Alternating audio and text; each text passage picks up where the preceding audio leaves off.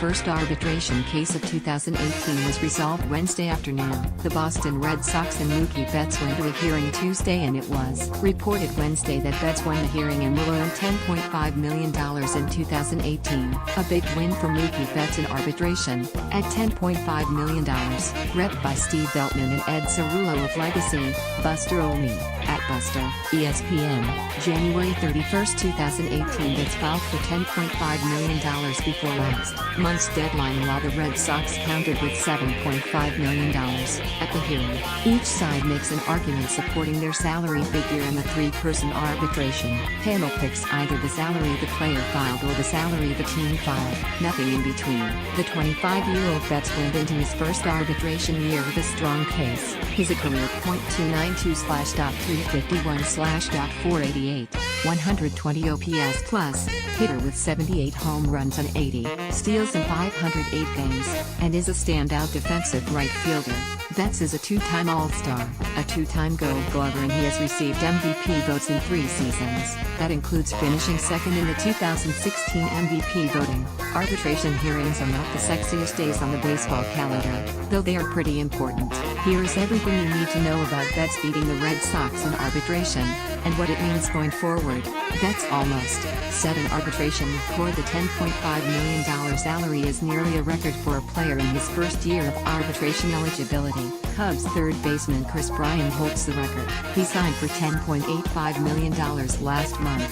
Here are the 3 largest salaries for players in their first season of arbitration eligibility. Kris Bryant, 2018 Cubs, $10.85 million. Mookie Betts, 2018 Red Sox, $10.5 million. Ryan Howard, 2008 Phillies, $10 million. It's worth noting Bryant and the Cubs agreed to a contract before filing salary arbitration figures, whereas Betts had to go to a hearing to get his big payday. Also, both Bryant and Howard went into arbitration with the Rookie of the Year and an MVP award. Betts had neither, and he still cashed in big. This will cost the Red Sox more in the future. Arbitration uses the player's previous salary as a baseline, so by winning his arbitration case this year, Betts will earn more in the future. Here are estimated salary scenarios for his 3 arbitration seasons. Betts wins 2018 hearing. Betts loses 2018 hearing. 2018 $10.5 million, $7.5 million. 2019 $17 million, $13 million. 2020 $25 million, $20 million. Total $52.5 million, $40.5 million. By winning his hearing, Betts will make $3 million more than the team filed in 2018, and that $3 million will carry over into his next 2 arbitration years, giving him a higher baseline and put him in position to receive larger raises. This was not a $3 million decision only. Wednesday's decision could earn Betts an additional $10 million or more from 2018-20. The Red Sox are in the luxury tax danger zone according to Cons baseball contracts.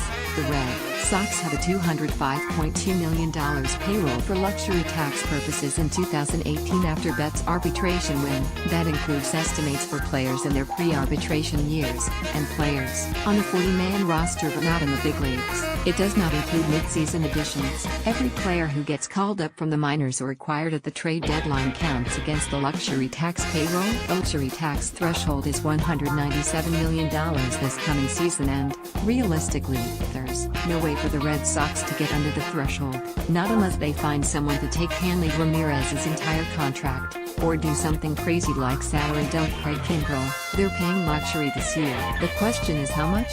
Because the more they go over, the harder they get hit.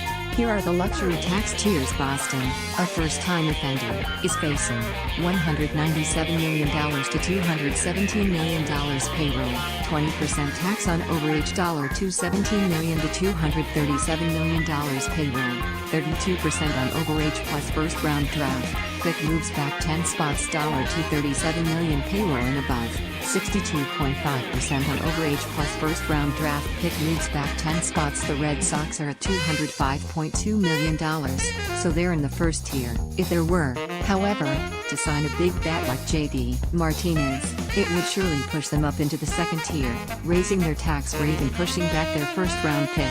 Losing the Betts in arbitration probably won't be the difference between staying in the first tier and jumping into the second if the Red Sox sign Martinez or a comparable free agent, but it is $3 million in real money. It's more than that, really, since the team has to pay luxury tax on that $3 million. Arbitration hearings don't have to create bad blood by and large. Arbitration hearings are an unpleasant experience. The player sits in a room and listens to his team detail his shortcomings, explaining why he should receive a lower salary than he feels he deserves. It can create some animosity, for sure. I'll always remember what Vinny Castano told MLB.com's Jordan Bastian about his arbitration hearing.